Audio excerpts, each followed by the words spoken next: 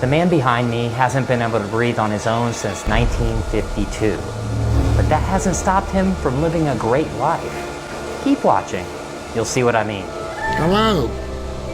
My name is Paul Alexander, but they call me the man of the iron lung. Paul spends almost every moment of his day in an iron lung, which is the only thing that's keeping him alive. That's because he's paralyzed from the neck down, so without it, he can't breathe. The machine helps him breathe by using negative pressure to take air into his lungs. This is the full story of Paul. It all started when Paul caught the polio virus when he was just 6 years old, during one of the worst polio outbreaks in history. A time which feels all too familiar with today's coronavirus pandemic. People were wearing masks, offices, schools, and most of the world was shut down. What did it feel like when you first got polio? Well, I started feeling ill and plain. I ran inside to get Mom, and she turned and looked at me, and she said, "Oh my God, not my son." For the next 5 days, I lost everything. The ability to move, my legs would not hold me up, and then I couldn't breathe. He was at home under the care of his mom and dad, and they realized he wasn't breathing. They rushed him to the hospital, and the emergency room physician examined him and pronounced him dead.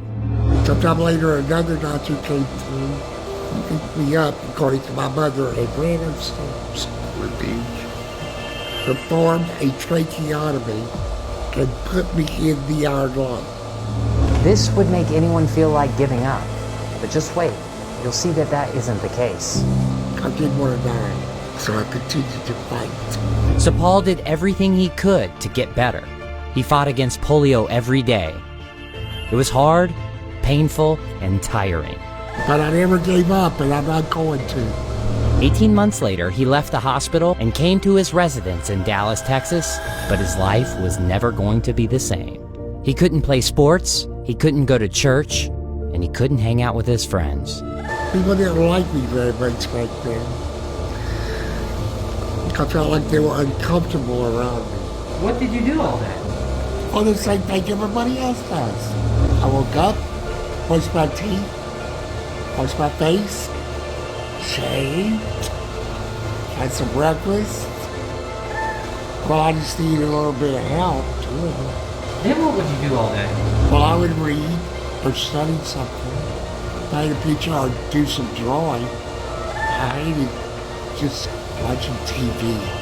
Paul worked hard to graduate with honors from high school, but I did not get into college.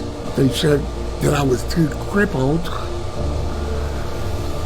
and did not have the vaccination. he didn't accept that. 2 years of tormenting them to death. They accepted me on 2 conditions. One,